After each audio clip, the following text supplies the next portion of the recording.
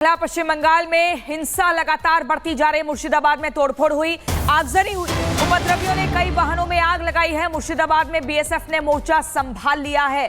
BSF की मौजूदगी है, मोर्चा संभाला जा रहा है वक्फ कानून के खिलाफ। पश्चिम बंगाल में हिंसात्मक तस्वीरें लगातार सामने आ रही हैं। आप देखिए मुर्शिदाबाद में कैसे यहां पर वाहनों में आग लगाई गई, आगजनी की तस्वीरें, इसके अलावा तोड़फोड़ की गई, लेकिन बीएसएफ की टीम मौके पर मौजूद है।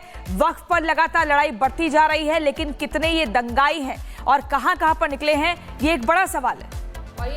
जगह जगह पर सुरक्षा बलों की तैनाती भी की गई है। उपद्रवियों ने हालांकि मुर्शिदाबाद में कई जगह पर आगजनी की है। बीएसएफ ने पूरा मोर्चा संभाल लिया है। 4 तस्वीरें आपको दिखा रहे हैं कि किस तरीके से वहां पर वाहनों को आग के हवाले कर दिया गया, वाहनों में तोड़फोड़ की गई है, घर में आगजनी की गई है, दुकानों में भी तोड़फोड़ की गई है।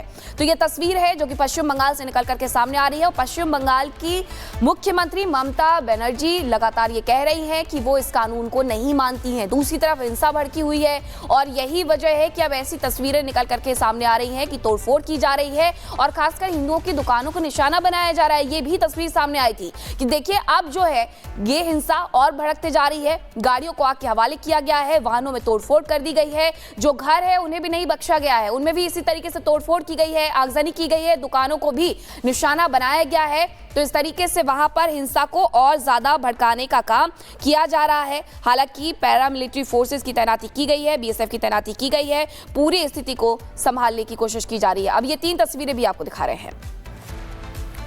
ये आप देखिए, कल की तस्वीर पहले देखिए, उसके बाद आज की तस्वीर, और अब सुरक्षा कड़ी कर दी गई है। जगह जगह बीएसएफ की टीम मौजूद है। इसी पर आपको एक रिपोर्ट दिखाते हैं।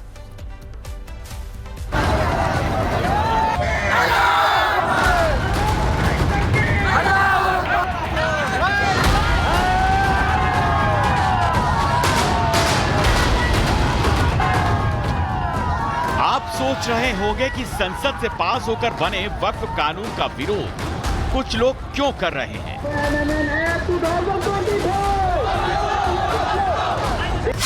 तो इसका जवाब है मुफ्ती शरीफ साबरी जैसे मौलाना ब्रिगेड, जो हिंदुस्तान की आबो हवा में कट्टरपंथ की आग फैला रहे हैं।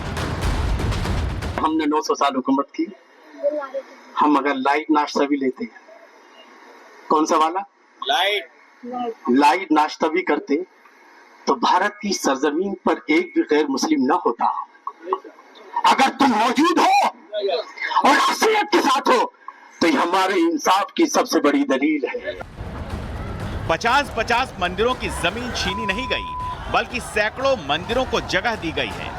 संसद में वक्फ बिल के पास होकर कानून बनने के बाद राष्ट्रपति ने बिल को मंजूरी दी। बिल पर संसद के दोनों सदनों में पक्ष विपक्ष की मौजूदगी में आधी रात तक चर्चा हुई, लेकिन कुछ मौलाना ब्रिगेड को लग रहा है कि अवैध तरीके से कब्जाई जमीन उनके हाथ से निकल रही है। तो देखिए कैसे बाबरी का मुद्दा बीच से छेड़ रहे हैं, 3 तलाक की बात उठा रहे हैं। मकसद सिर्फ एक ही है, मुसलमानों को हमेशा बाइडेन की सेहत की जानकारी आएगी सामने। ट्रंप ने हमेशा बाइडेन की सेहत की जानकारी आएगी सामने। ट्रंप ने भारी गलती ये है कि हम बाबरी मस्जिद की शहादत पर खामोश रहे। हमने वहाँ की अजानें बंद कर दी। आज ये बिल है और अभी 2-4 दिन के बाद अगर हम इसी तरह खामोश रहे और ये जालिम और आगे बढ़ेंगे, इसलिए आज जरूरत है कि हम इस बिल पर खामोश ना हो उस वक्त तक जब तक ये बिल काला कानून वापस ना लिया। दिल्ली, कोलकाता, मुंबई, लखनऊ और पटना से लेकर हैदराबाद तक इस वक्फ कानून के खिलाफ हिंसक प्रदर्शन शुरू होने लगे हैं और इन प्रदर्शनों के पीछे मुफ्ती शरीफ साबरी जैसे भड़काऊ मौलाना ब्रिगेड का ही हाथ है, जो अमन पसंद मुसलमानों को दंगा फसाद करने के लिए उकसा रहे हैं। कौन से लोग हैं जो कुर्सियों पर बैठे हैं जो हमें काटना चाहते हैं?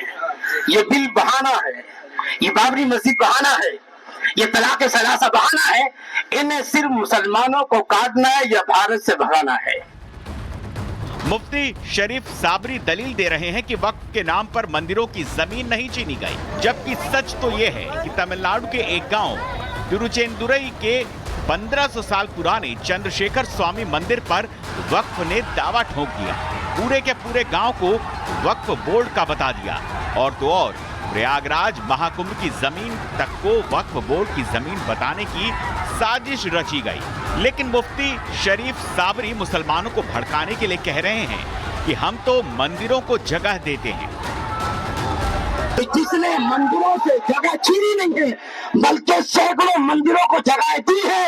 हम हुकूमत करते थे, हम मंदिरों को बनाया करते थे, जगह देते थे। आज तुम हुकूमत करो तो तुम मस्जिद शहीद कर रहे हो और आज तुम हमसे जगह छोड़ जो रहे हो, लिहाजा ये बर्दाश्त।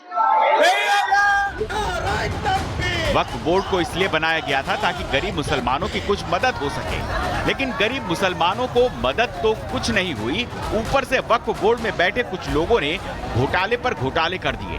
कई बार ये शिकायतें सामने आती रही और वक्फ की कीमती प्रॉपर्टी को औने पौने दाम पर बेच दिया गया। लेकिन मौलाना साहब देश के गरीब मुसलमानों को इसका हिसाब किताब नहीं दे रहे हैं। वो कह रहे हैं कि औरंगजेब महान है। अब पता नहीं मुफ्ती साहब को औरंगजेब महान क्यों दिखता है?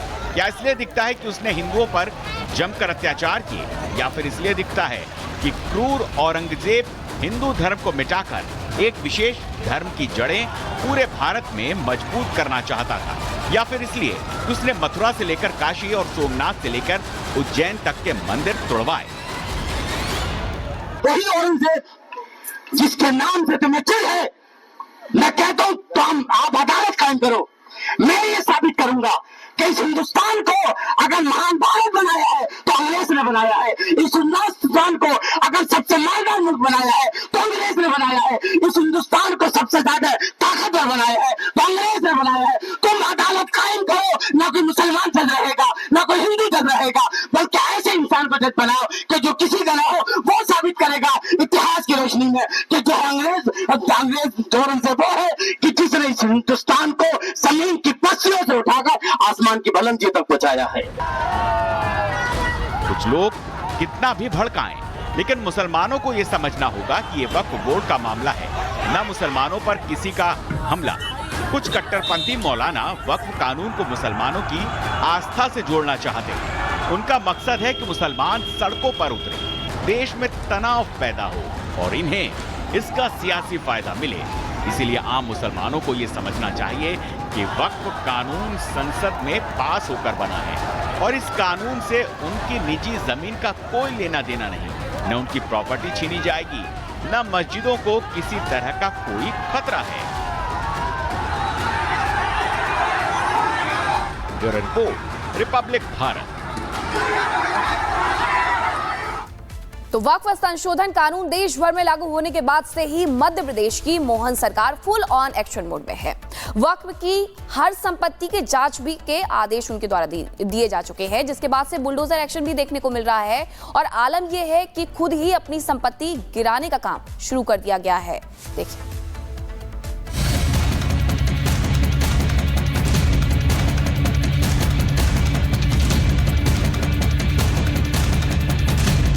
वक्फ कानून पूरे देश में लागू हो चुका है, जिसके बाद मध्य प्रदेश की मोहन सरकार फुल ऑन एक्शन मोड में है।